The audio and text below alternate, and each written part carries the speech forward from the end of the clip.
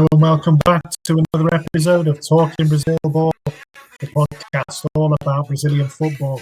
We're here for another episode to analyse the latest match day in the Brasileirão. Plenty of action, plenty of goals, and so much to talk about as Flamengo go further clear at the top of the Brasileirão. And many storylines to get into. I'm James Brooke, and I'm here as always. My co-host Jordan seems to have forgotten about the music here. He's playing it loud, like trying to shout over the music. You're looking at your phone. No, sorry, James. How are you? I was just the phone just seems to have gone into dark mode for some reason. I'm trying to find how to turn it off onto that because I don't really enjoy it. It just feels a bit odd. But how are you doing? Como vai to everybody who's listening and watching? How are you? You asked about 5 times there, aren't you? Yeah, we're all right. I think all looking forward to another episode. Like I said there, if anybody could hear me, plenty of goals, lots of talking points to get into. Another action-packed round of games in the Brasileirão.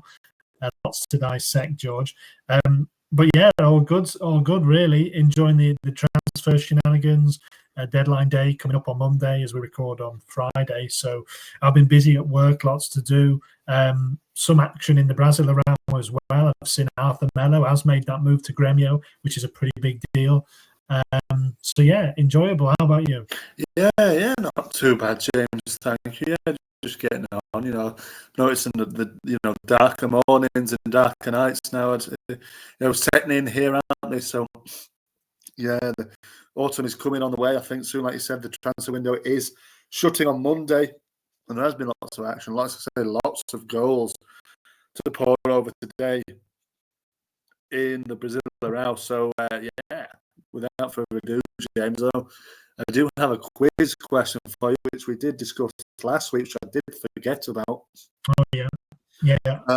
So I posed it to you after we finished the pod, and you said let's do it next week instead. So here is my quiz of the week. We're yet to have any music, James. We still don't have a jingle as of yet sorted for that one. But my quiz question to you this week, James, is obviously last weekend. We saw, or the weekend before, wasn't it? We saw the resumption of the Premier League for the 25-26 season. Obviously, both our teams are involved in it this time. And the question to you was, how many Brazilian players were involved in the opening weekend of the season?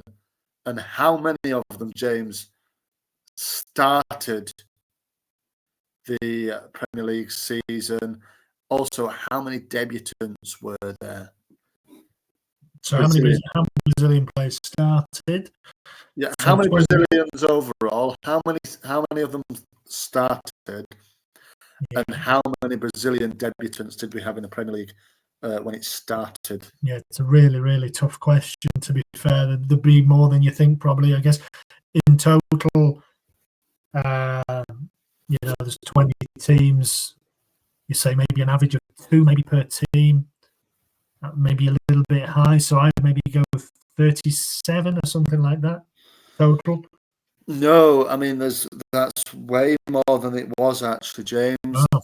There was 19 fair enough. Brazilians that played in the opening weekend of the Premier League season. How many of them started for their respective teams, James? And how many debutants do you think they were? So 19, or I don't know, 10, maybe 9 debutants. That doesn't make sense. But anyway, 10 starting, 5 debutants. There were 15 that started, and there were 5 debutants, James. Well, fair enough. Well, I nearly got that one then. Who were the debutants then? I mean, to be quite honest, James, I can't remember off the top of my head. There were a few from Chelsea. João Pedro, Estevão, Santos as well for Chelsea, and one I can't remember Igor Jesus. Oh yeah, Forest. And the one that, of course, matters to myself the most was Mr. Lucas Perry in goal for my team Leeds, James. So there were the 5 debutants, the Brazilian debutants in the Premier League on opening weekend. Of course, plenty of Brazilians these days. Like you mentioned a few there, and a few of them have obviously moved straight across from the Brazil around. Forest have got a few of them. Igor Jesus, Cunha as well. Cuiabano, I don't think got done in the end, did he? I think he's still at Fogo. So, yeah, some interesting moves there. Oh, good quiz, George. That was an interesting one. So let's crack on with the show then. Let's get into the games of the week. Let's start with your game, George, because you're famed for doing your 0-0s, aren't you? But this one was the absolute opposite this time, and it was a much needed win for Red Bull Bragantino after, I think, was it 9 defeats in a row? They finally got the win, and it was an important one. Moved them 3 points clear of Fluminense in the middle of the table. So a 4-2 win, massive result. How did you see this one? Well, it was, James, but before we get going, you jumping the gun here. I need to run down the results of the last round. We're jumping the gun there, James. Obviously, you did mention that RB Bragantino win. Big win for them, James. Like I said, first win in 10 games in all competitions. It was a 4-2 win over Fluminense. That was on the 23rd of August, Saturday. Also on Saturday was Cruzeiro 2, Inter 1. Grêmio 0, Ceará 0 was into Sunday the 24th. Bahia 2, Santos 0. Vasco 2, James. Corinthians 3. Fortaleza 0, Mirassol 1. Juventude 1, Fogo 3. Then it's on Monday the 25th of August, Sao Paulo 2, Galo 0. It was the end for Cuca, as we'll discuss in this episode. Palmeiras 3, Sport Recife 0. And that massive one, James, to end the game week on the early hours of Tuesday the 26th of August. Flamengo absolutely routed Vitória by 8-0. Yeah, that was an absolutely crazy game, and there was a few contenders for player of the round in that one, as we'll look at in a little bit. And it also spelled the end. You said Cuca went there. Fabio Carril as well was sacked from Vitória. So 2 casualties to get into. But before we do, let's look at that 4-2 win for RBB then, George. It was a good game and a big win for RBB. Yeah, it was massive, James. Like we said, first win in 10 in all competitions, and they had that long stretch of defeats all the way through. I don't know how many there were in a row. I think there was about 7 in a row, maybe for them, James, in all. Yeah, there was 8 in a row in all competitions. So it was a real important win. And they got off to an absolute flyer. They were 2-0 up after 4 minutes. And there was no way back for Fluminense. To be honest with you, James, Fluminense had more of the game after that. It was a bit of a quick fire double, obviously. Within 4 minutes, you find yourself 2-0 down. But Flu responded kind of well. Had plenty of shots on goal, plenty of action in the RBB box, but they just couldn't really get much for it. Eventually, Hercules got a goal in the second minute of added on time to half the arrears, basically, and they went in 2-1 down, Fluminense, at half time. But immediately into the second half, La Quintana. He got the third for RBB in the 48th minute. He had a good game. He also assisted one of the goals as well. And then Flu got one back again. Nice finish, actually. This one looped for the first time. Reaction from Acosta. The goalkeeper parried it to him. He volleyed it straight back into the goal. And then, they were piling on the pressure, Flu. But as they were doing so, Red Bull got a 4th goal, and it was a first goal for Red Bull Bragantino for Davi Gomez. He was a contender, James, for young player of the round, actually, at the age of only 20. It was only his 3rd Brasileirão appearance for RBB, and he got himself on the score sheet right at the very end. 20-year-old left winger. So he's one to keep an eye on, perhaps, James, but he doesn't quite do enough to win our young player around this time around, but definitely one to keep an eye on. And, Seabra will be absolutely delighted, and so he should be with that result, because he'd probably forgotten what it was like to win a game of football, and I'm pretty sure he'd be thanking him, thanking the stars that he hasn't been sacked. To be quite fair, and their resilience, the board, and the patience with him and the team has paid off with that with that big result. And like you said, nice for myself with a 6-goal game, and I'm usually used to no goals in a game for my game of the week. So long may it continue, lots of goals for me. Yeah, and I think Ignacio La Quintana as well was unlucky not to get the player of the round. A couple of assists and a goal, George. So a good performance from him as well. And like you mentioned, Davi Gomez has joined from lower league side, Agua Santa. So maybe that's a sign of RBB's kind of, we know how good the scouting is in the Red Bull kind of system. So maybe that's a little sign of that kind of coming. But a very important win, a very important time to get a win for Seabra. We mentioned last time they were kind of slowly in danger of sinking down the table, really, and getting embroiled in a relegation battle after such a good start. But this kind of puts them back in kind of steadies the ship, doesn't it? And it's tight around that kind of 4th to kind of 8th position, and they've just kind of pulled themselves away a little bit. So they're looking pretty good for, we're 21 games in now, so you'd imagine they'd be okay. Well, yeah, I mean, they've actually pulled themselves above Fluminense, James, with that win. I know Flu have 2 games in hand on Bragantino, but yeah, much healthier. What is that, 11 points above the relegation zone.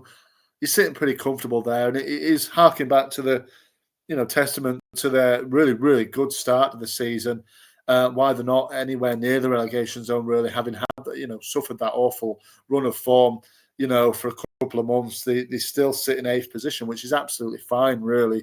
And they're a quality team, to be fair, James. They shouldn't have been down there last season in the relegation area, and they're very much they know what they're doing at this level, and they're probably about where they should be, to be quite honest. Yeah, I think before last season they were generally in and around that kind of top 8, so it's probably a return to form, really.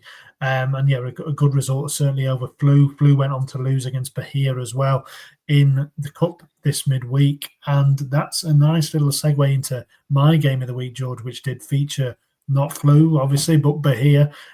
So Bahia are in a fantastic little run of form at the minute.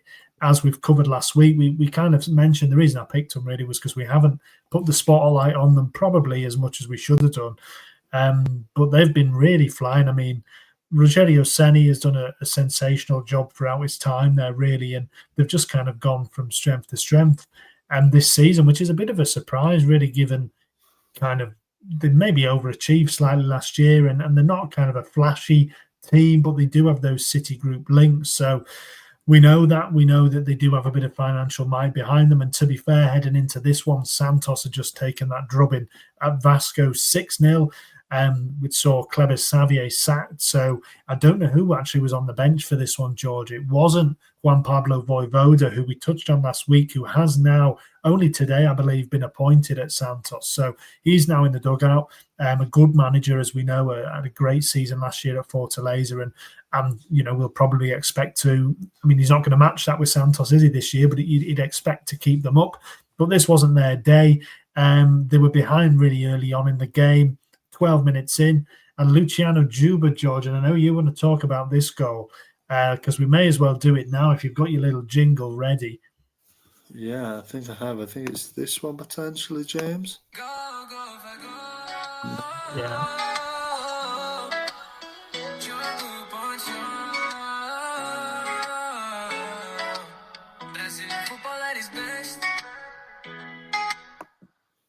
Yeah, Brazilian football at its best. So we'll interrupt the game of the week just to hand out a goal of the round prize, and it goes to Luciano Juba. Take it away, George. Yeah, Luciano Juba, James, the right back, I think he is. Left back, 26 years of age, Brazilian. And he's been there for a little while as Juba at Bahia. Been there since 2023. So a couple of years now. He's amassed over 100 appearances, but I don't think he'll have scored a better goal than this one. It was a fantastic hit, long ranger, classic long ranger. Really, just kind of received it just way outside the box, and right footed, just cut across the ball, and it was just straight in as soon as he hit it. Basically, long range effort.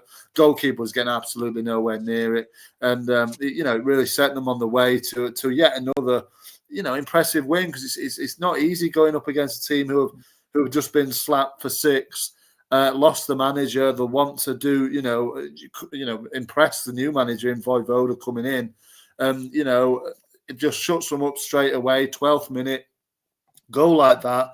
We've got to mention Ribeiro as well, who did get 2 assists. He assisted both goals. But this one, nothing came close. There's a couple of nice chips in this there's a lot of goals, obviously. There's a couple of nice chipped efforts here and there in the game week this week in the Brasileirão. Jorge got one. He got a nice chip. I think Pedro did chip one in as well. But overall, this was far and away. As soon as I saw this one, that was game over, really. And Juba has to win it. I don't think, like you said, James, I don't think we really touch on Bahia so much, and they're doing so well. Talk about RBB doing badly with, first win in 10. Bahia have now gone 9 games unbeaten in all. It's the 4th win in a row. I don't think they've conceded any goals in those four wins either. They have just won against Corinthians, but they did win 2-1. They've just, Rogério Ceni is an unbelievable job. And obviously, the national team coach we know is Carlo Ancelotti. He was there in Bahia to see Bahia win on Sunday afternoon, I think it was, in Brazil. And he was there. There's a picture of Ceni with Carlo Ancelotti as well. So maybe he takes a bit of inspiration from Carlo there. I don't know, but he's doing a fantastic job. Obviously, they followed it up with, like you said, a 1-0 win over Fluminense, and Juba has got the taste of the goals, because he got the winner in that one as well, the one and only goal in the 85th minute to put Fluminense to the sword in the first leg of that game. So fantastic stuff. They're doing really well, and if they keep scoring goals like this, you can see why, really. He's a good player, he's Juba, but good servant for the team there, and cracking goal. That is a lovely shirt as well, James, that they were wearing. I don't know if you clocked that either. I don't know the reasons for it, but it was definitely not a Bahia colour, which we were at home. They're playing in a nice maroon and yellow shirt, so I don't know the reasons behind that one, but it certainly didn't escape my attention, that one either. Yeah, so nice kit, nice goal.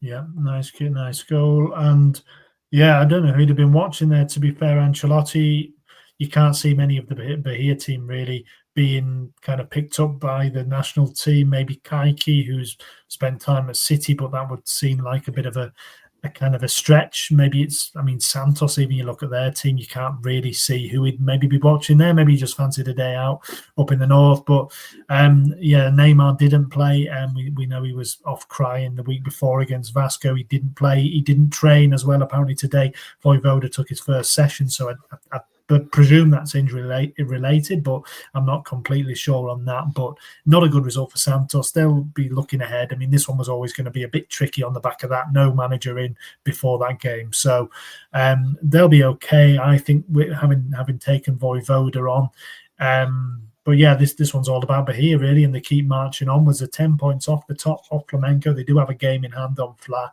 so they're not a million miles away. Mirassol next looks like a decent kind of game, really, maybe when we're looking at the game of the round. So, but yeah, it's right to highlight them, because we haven't done so much of that, and they're right in there, George. So good, and obviously doing well in the cup as well with that win over Flu in midweek. So.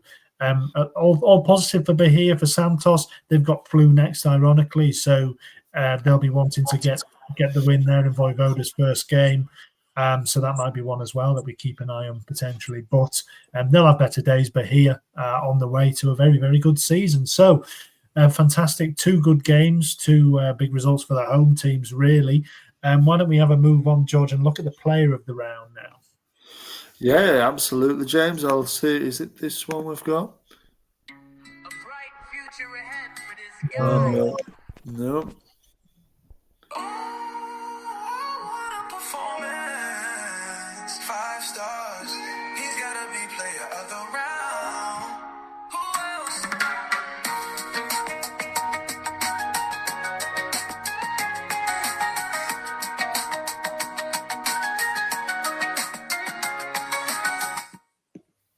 Yeah, and there were a few candidates, to be fair, in this one. There was, like we said, there was a lot of goals. Yeah. And we've already mentioned La Quintana, who had a very good game. But yeah, there were a couple more, really. I mean, one that we picked out initially was for Botafogo, wasn't it? Gentlemen? What's his name? Ramos. On debut, Christopher Ramos. He's a Spanish chap, and we always know the European lads are always interesting to keep an eye on. He's come on loan from Cadiz in Spain, so not a big club in Spain. First game for Fogo, he only joined in August, and he's come on, George, with about half an hour left. Sorry, he's come on with about 20 minutes left, 25 minutes left, and he's got 2 goals against Juventude to win the game for Fogo, coming from behind. 1-0 down, Batalla scored for Juve and scored 3 goals unanswered, and Ramos got 2. First one 84 minutes, second one 90 plus 2, and he was a strong candidate, wasn't he? He really was, James. What better way to mark your debut than 2 really late goals and to win it at that. He'd have been absolutely delighted with this. It was a lovely first goal, nice drilled finish. The goalkeeper Yandri, he had no chance for Juve there, and then finished it off nicely with another nice finish. To round it off. What a debut. Like you said, always interested to see how the European players do fare in Brazil. We don't generally get them from mainland Europe, do we generally? But there are more and more, it seems, this season to try the hand at it. No Jamal Lewis, so I don't know where he's gone. But yeah, obviously it's very interesting to see how the European players get on. And that was what a debut it was. But it wasn't enough to give him player of the round, was it? But there were others as well. Yeah, there were. Jamal Lewis is a free agent at the minute. He only played 6 times for Sao Paulo, and he's been released. So a bit of it didn't work out, that one. But yeah, Ramos certainly looks like he might do, and Ancelotti's doing a good job, you'd have to say. Fogo up in 5th, looking pretty good for it. So yeah, he's I know you had some doubts about his appointment, but he's going pretty well there, George. Another candidate came in the Palmeiras game. I mean, Sport Recife have been in pretty decent form recently, haven't they? But they couldn't make anything of this one. I mean, it always looked tricky against Palmeiras, didn't it? And that man Lopez, who had a really good season last year, Jose Lopez, he's been there for a long time, hasn't he? He's a seasoned campaigner. He's seen it all before, and he got 2 goals in this one. Yeah, 2 goals, James, in this one. Fairly straightforward goals, to be fair, has to be said. Also, another, for a young player of the round, if you like, was Vitor Roque, who got 2 assists in this one as well. But a fairly straightforward win in the end for Palmeiras. Sport Recife couldn't keep up that lovely run they were on, but it had to end at some stage. And let's hope from their point of view, it's not back to the norm in just losing every single game now. But they did themselves a little bit of quite well to bring themselves back up into 9 points adrift of safety. But probably back to the norm with a 3-0 defeat away at Palmeiras, really. Yeah, I mean, it was always going to be tough, wasn't it? We said that they'll be kicking themselves even harder for giving away that 2-goal lead the week before. They really, if they'd have seen a couple of those through, they'd have been in a much healthier position. But that was never going to be their day. Jose Lopez, 17 goals, all competitions, all season this season. He's having another good year at the Allianz Parque. But George, the main candidates really were in the Flamengo game. I mean, as we mentioned at the top, they're 8-0, an absolute battering. I mean, there was a couple of candidates in this one, and I think one that's probably the most unlucky not to get the player of the round is Samuel Lino, who, I mean, I spoke about him when he joined at Flamengo. I really liked this player. He coming from Atletico. He had a decent time at Valencia. He was good at Gil Vicente. I remember in Portugal, I watched him play, and I thought, he's a special player. He's ended up back in Brazil, and he absolutely ran riot in this one, didn't he? From the left wing, 3 assists, 2 goals. I mean, what a performance! I mean, what a performance! Yeah, I mean, any other week it'd have been well ahead of anybody, wouldn't he? But it just happened to be so 8-0. I mean, I'm sure he's not, disappointed with it because it's his teammate that's won it. But I mean, dearie me, James, 2 goals, 3 assists. There's Di Arrasete with 2 assists and a goal. Some absolutely smashing performances there, and they absolutely just took them to the cleaners. Again, we see that pair in the middle of the pitch, Jorginho and the lad on loan from Atletico as well, Saul. So that was an interesting matchup in the centre of midfield. We know they've been, quite ambitious really, Flamengo in the transfer market so far. But yeah, absolutely unbelievable. When I saw that, and you're just thinking, all right, now who's won it here? But it was Pedro, obviously, who bettered Lino's, goals tally in this one. He got 3 goals, he got a hat trick and an assist to boot as well. So what a performance from him also. And no penalty as well for Pedro, which was a surprise. Usually, when you see him get a hat trick or a couple, there's at least 1 penalty in there. They did get a penalty as well, which Bruno Henrique took. So I'm not sure why he didn't take that when he was still on the pitch. He'd already got his hat trick at that point, so you thought maybe he thought, yeah, let him have one, but he could have added another one as well. He could have had 4.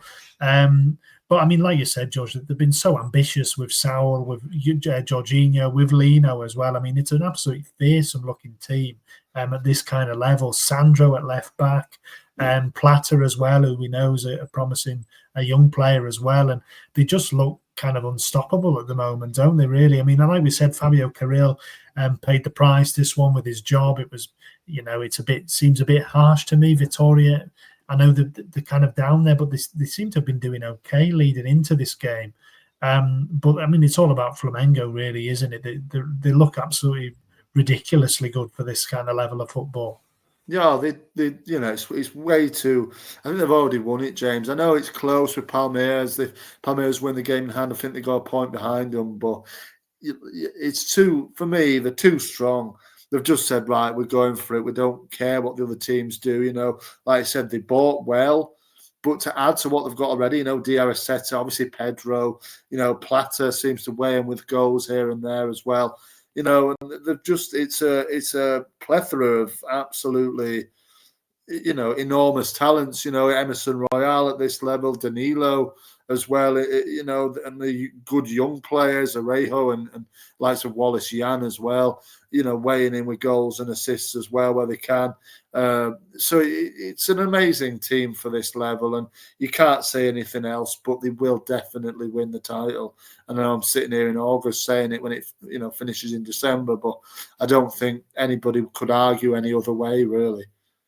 No, well, Palmeiras fans, I'm sure, certainly will. They're still kind of in the mix, like you said. They will go 1 point behind them if they win the game in hand, and they do always seem to hang in there, basically, and they'll feel like they can, still do something. Felipe Luis is obviously still a very inexperienced coach, but he's doing a phenomenal job. But he does have a great team at his disposal, and it was only a matter of time before we saw them absolutely wallop somebody. And Vitoria have been on the receiving end of it, basically. Yeah, Pedro, player of the round. He's not seemed to have a particularly eye-catching season, really, but he's still kind of delivering. He's got 10 goals now in the Brasileirão. He's still steadily kind of delivering. He looks back to his kind of full fitness now, doesn't he? I don't know if he was in the most recent Brazil squad that will have been announced, possibly. I don't feel like he was, but he'll carry on like this, and he won't be far out of it.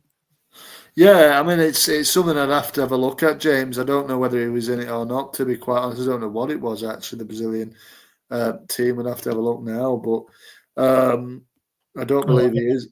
He's Caio Jorge's. Caio Jorge's in it. Yeah, well done to him, actually. That's really good. But no, Pedro's not in it. There's a few, again, we always look at the midfield, and it's again, when Andre Santos somehow has got in there, but it's very much a sort of as you were kind of thing, really, particularly with the attackers. And that Sandro's in it from Flamengo as well. But yeah, well done to Kyle. John Lucas at Bahia. That's an interesting one. Maybe that was who he was going to see, who he'd gone to look at, James, in that Bahia game. Yeah, I mean, it's not an especially exciting squad, is it really? But yeah, a few kind of domestic-based players. Also Wesley, who of course Flamengo sold. I saw he scored a winner on his Roma debut, Wesley, the other day. So he's obviously moved on and done well. But yeah, Pedro will have his eye on that World Cup kind of place, basically, because there are places up for grabs. Kyle Jorge, that's the first ever call up for him. There is a place up there if he can keep scoring, so that'll do him the world of good. Definitely is, Jeremy. Well done to him, Kyle Jorge. 15 goals. He got another one on the weekend with their win over Inter as well, and he just keeps going from strength to strength. And wouldn't surprise me if European sides, good quality European sides are after Jorge anytime soon. He's already had a little bit of experience at Juve, didn't he, and in Italy as well. Another team as well. So it's definitely one to watch. Luis Enrique is in there again somehow. He's not really had the best of times in Russia, but I think they're on a different timeline, aren't they, in terms of the season? I think he's only played a few games in Russia so far. I think they're only 6 games into the season. Yeah, well, we'll keep an eye. I mean, Kyle Jorge deserves that. Definitely, like you said, another goal for him at the weekend against Inter. Well, let's move on, George. I mean, we've spoken a lot about Flamengo there. I mean, they are brilliant. Pedro was brilliant, so I'm sure we'll be speaking about them plenty in the weeks to come. So let's move on. Look at the young player of the round.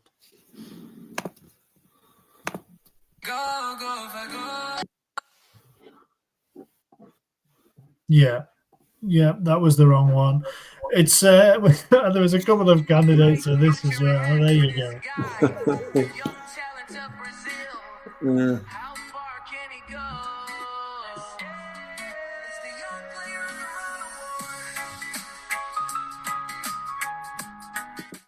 There we are, James. Got it right eventually. Yeah, just about. There's a few candidates we already made. You already mentioned Vitor Roque there, who obviously got a couple of assists. Still isn't really kind of firing as well as he probably might like to have been, but he's kind of doing okay. But he didn't manage to win it, George. And there was a really, really good kind of a clear candidate who did end up winning it, who's actually in really good form. And we overlooked him, I think, the week before for some reason. And he could have won it last week, but he's come back with another goal, and we couldn't ignore him again, could we? No, we couldn't, James. Corinthians man, Guy Nigao, the 18-year-old James, 3 goals in a row. He got a goal against Vasco, which is the one we're looking at here.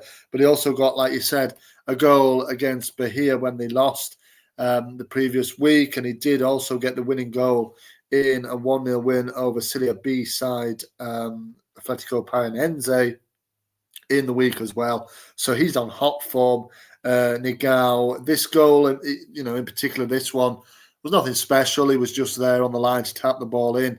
But as an 18-year-old leading the line, for Corinthians, I think the likes of Memphis Depay and Yuri Alberto are both injured, aren't they? I don't think Depay is actually, just wasn't playing, but Yuri Alberto is injured. So to carry on and lead the line as a young lad in a team like that, fair play to him. 3 in a row is some, it's quite a mean feat for him, and well done to him winning that. Like we said, a couple of candidates that could have been, but yeah, we have to go with Nigao, I think, this week. Yeah, he's massively promising. And like you said, Depay was left out of the team. Depay, I think, has some offers apparently from European clubs, potentially on the move back to Europe. I don't know whether it'll matter about the transfer window. I saw that it might actually be a free transfer, so I don't know whether he'll be buying out his contract or something, or maybe he has an agreement with Corinthians that if a European club come in. But yeah, he's apparently, I don't know who the clubs are. It didn't mention. But it is something that might happen in the last days of the window. So they might lose him, which obviously would be a shame for Corinthians because he's done well there, although he has been a little bit quiet really this season. But that might give they've kind of opened up the pathway for Nagao to jump through there. He's started those last 3 games. He's got a goal in each of them. Like you mentioned, George, he's only 18. He's still 18 for a while as well, really. So this is a really kind of promising talent we could be talking about here. He could be one of those who kind of go on to the top end of European football really quite quickly. It's early days, but he's certainly one to keep an eye on here, isn't he? Oh, definitely is, James. Like we say, we love to see the younger players come through in Brazil, and they're not shy to give them a go. Any of these teams, the 20 teams in the Brazil around, not shy to give young lads a go, and it's great to see. And obviously, he's taken his opportunity with Yuri injured, with Depay maybe, like you said, on the move, and he said, "Hey, I'm gonna take the baton," and he's done it exceptionally well. And 3 in a row, like I said, no mean feat when he's an 18-year-old lad. So congratulations to him. Like I said, I guess we're sorry that we overlooked him last week, but you know what I mean. Sometimes can't win it all, but one to keep an eye on. He's won it this time. I think we didn't give it him because he was on the losing side. I can't remember who we gave it to, but it was I think it was somebody who got the winner. I can't even remember who it was, but yeah, I do remember we did. I think we possibly mentioned him, but anyway, he's won it this time. A guy Nagao, and we'll definitely be keeping an eye on his progress in the kind of weeks ahead. Corinthians themselves really kind of needed that win, didn't they? They're not kind of in the best of seasons. It's been a bit kind of hit and miss. Win here, lost there. They're sitting in 11th at the minute, and Dorival Jr. hasn't really got them properly firing, has he? Not really, James. A bit of a nothing. I think we both predicted it a little bit at the start of the season. They're just going to have a lot of nothing sort of mid-table finish. It's definitely looking like that. Like I said, Dorival Jr. hasn't really pulled up any trees. Been a little bit disappointing, you've got to say, to be fair. And, obviously that was a much-needed win just to keep themselves above the relegation zone. Like I said, they followed it up with a win against Paranense in the Cup as well. And Palmeiras next is another, the Sao Paulo derby.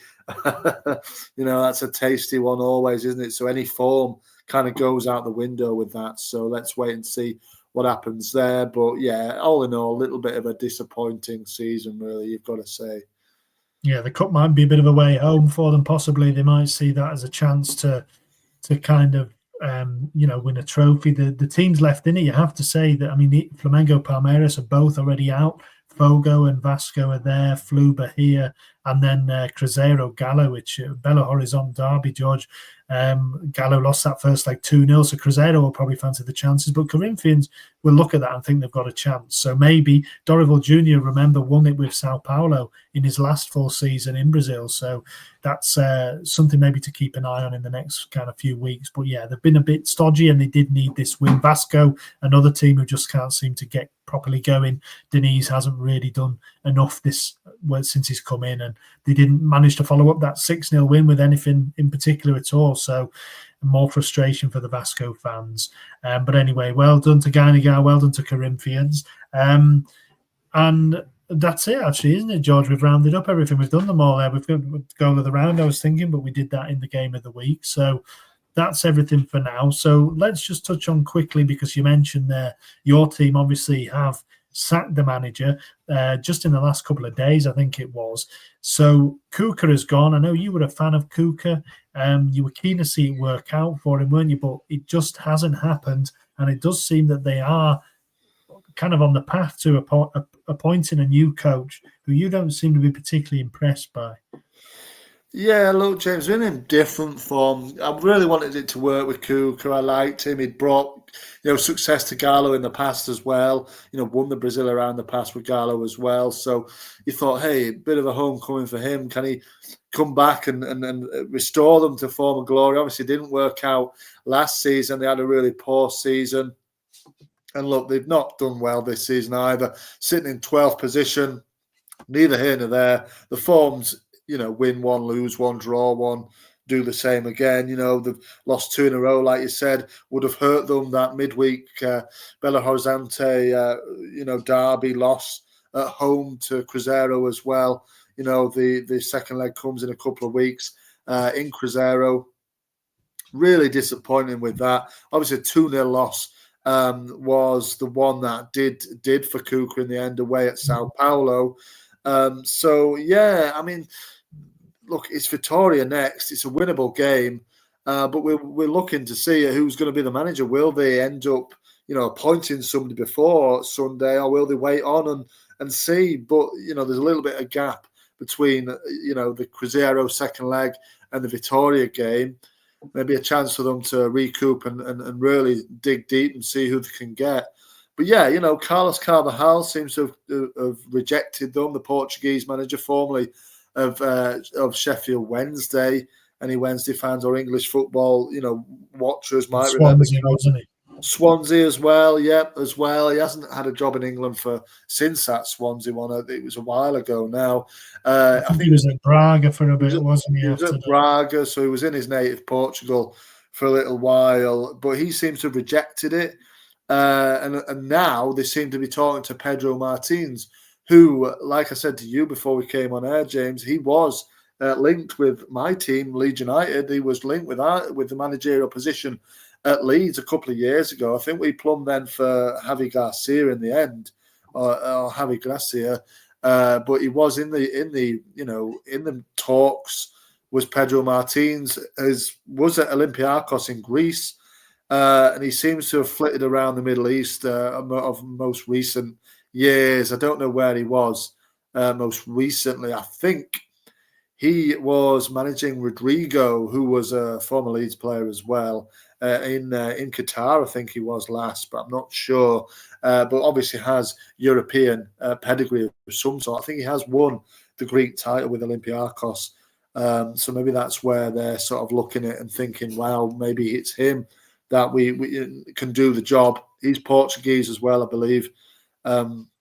So yeah, maybe he can. But no, I'm just not. Doesn't fill me with like delight, does it? Really? I mean, Kuka was like, oh yeah, return of a legend, let's go. But it doesn't really work. And Gallo just needs to get some kind of stability, really, because it's not been good enough. These last couple of years, and we're not going anywhere this time either. So, it's just a bit like, well, end the season now.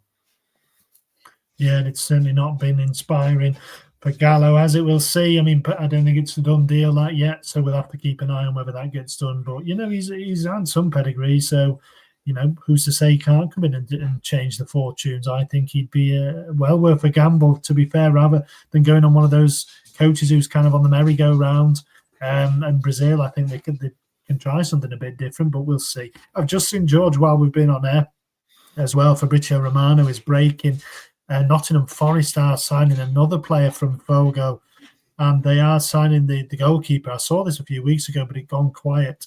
John Victor, the Botafogo goalkeeper, who is the starting goalie at Fogo. He's signing. Lost for them. Yeah, he's giving it the here we go. So he is joining Forest. So interesting. I mean, he's not going to go and be number one. I mean, Forest signed the other lad, didn't they? I can't even remember his name. Miguel, he's gone back to Palmeiras. He's gone to Palmeiras Has he? Yeah, so he's back in Sao Paulo. Is that Sao Paulo, wasn't it? Was it Corinthians? No, I think it was Corinthians. Absolutely massive lad, wasn't he? He must have played 2 or 3 games. So remember, he won them a penalty shootout once. He was never the starting goalie, was he? So I don't know what it is with Forest. I don't think they have a link with Brazil, but within the ownership, it's Marinakis, isn't it? I don't think they have a Brazilian link, but they seem to be all over the Brasileirão. Like they do, don't they? Mr. Mariakis seems to have some kind of contacts. Thank you, Mr. Mariakis. He seems to have some kind of contact, doesn't he, in Brazil? But Miguel didn't work out for the big man, did it really there? But he's back in Sao Paulo, but he's with Palmeiras this time. But yeah, that's a really interesting signing, actually. And from Forest's point of view, they do seem to like Brazilian football and dipping their toes into it in the transfer market. John Victor, 29-year-old, very experienced goalkeeper. You'd have thought Leandro Link would step up for Fogo and potentially be their number one. He's only played 1 match so far this season. John Victor has very much been the number one so far this season. And, he's been there since January of 2024. So did have a little flirt with European football before at Real Valladolid in Spain on loan from Santos, I think it was at the time, James. in August 23 to January of 2024. So a few months in Spain. Didn't really work out. Then he went to Fogo. So let's see how he does. I don't even know. Will he be number one, like you said? I don't know. No, he won't. No, there's no chance. Matt Sells has been amazing. Oh yeah, Matt Sells. But they've also got Gunn, haven't they? Angus Gunn, who was obviously never going to be number one. But I think he came in the summer as well from Norwich. Always seems to knock about, But yeah, I mean Forest. I know it's not Forest talking Forest, but Forest seem to be building a really impressive team. They have been for a couple of years, and they have. They are doing well now. So yeah, Sells will still be the number one. He was in the team of the year just recently, so he's not going anywhere from number one spot. But anyway, an interesting little transfer there. But anyway, George, let's wrap up. Let's look at the week ahead and pick our games of the week. Absolutely, James. It would be a pleasure of mine to run down the fixtures.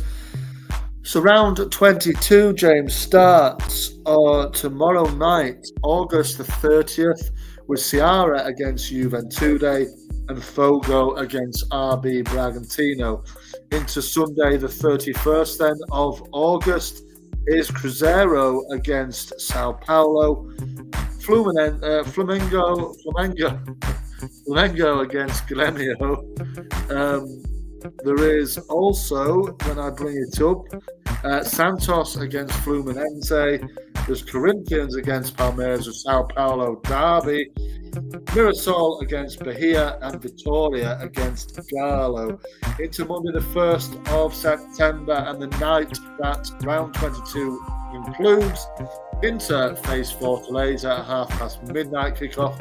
At the same time, Sport Recife are hosting Vasco. I mean, yeah, there's one that jumps off the page immediately, isn't there? Really there. But yeah, George, what are you thinking about that one?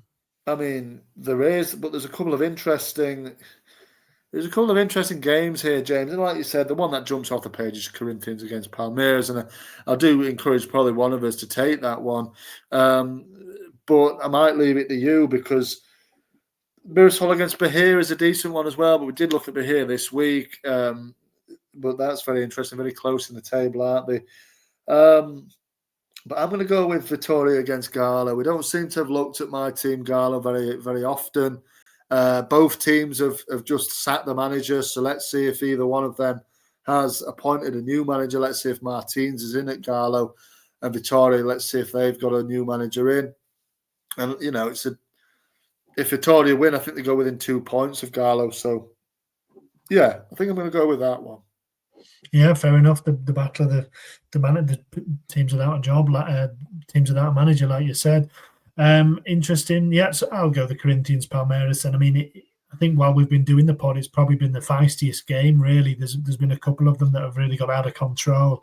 So we'll see what happens in this one. I mean, like we said, Corinthians are kind of piddling along doing nothing. And Palmeiras really need to win that to make sure Blah don't kind of run away with it. They're at home against Grêmio. That you'd expect them to win that, really. Grêmio in different form as well, as they always seem to be. So, it should be a good one. Corinthians, I'm sure, will do the best to stop Palmeiras having any kind of joy. So, yeah, that'll be interesting. I've got half an eye on Inter as well, to be honest, at Inter Fortaleza.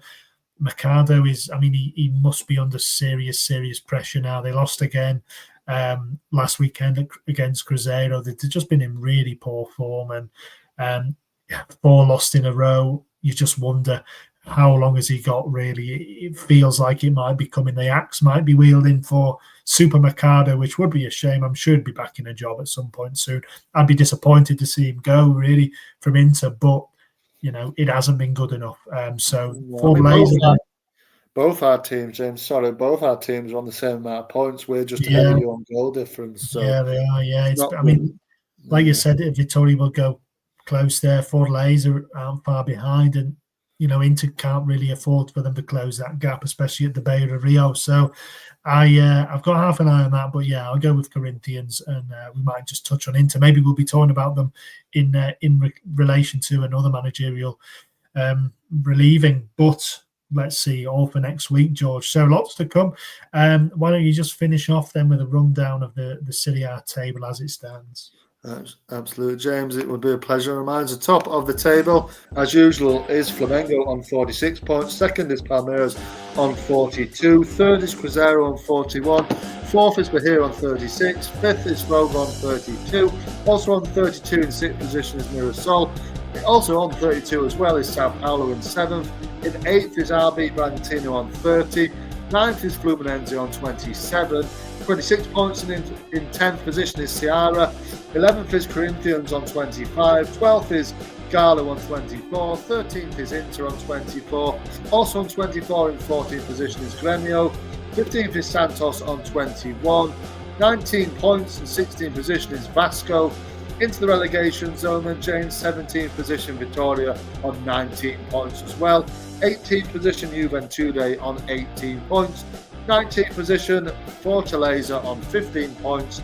At bottom of the pile, as always, and back to form with another loss, is Sport Recife on 10 points. Yeah, we didn't mention Mirassol there as well. Again, they did get another win. They're just so impressive. And at the other end of the table, I mean, all of the bottom 6 lost, George. 8 of the bottom 9 lost. So from 12th to 20th, 8 of those 9 teams were beaten. They're not helping themselves at the minute. And it does seem to be kind of a division of 2 halves, really, at the moment, doesn't it? But anyway, lots to come, lots of excitement in those games, a big derby to look forward to. So, and amongst that, a transfer window. I think the deadline day is probably about the same time as well for the kind of mid-season window in Brazil. So lots going on there. George, we'll see if Fogo get a new keeper in, because Link, I remember he was absolutely shocking at Paranense last year. He made a few really bad errors. So I wouldn't be putting any kind of trust in him if I was Davide Ancelotti. But hey, maybe he'll come good. He's still a youngish keeper, isn't he? But anyway, that's all to come. Thank you, everybody, for listening. It's been another good episode. We feel like we're back into it more regularly, don't we, George? So trying to get back in. And thank you for listening, everybody. See you soon. Yeah, see you soon, everybody. Have a good week, and adios. Adios. Talking Brazil ball, we're breaking it down. Bringing the passion from every town. Let the world be filled with love tonight. Sway to the beat, make you feel so right.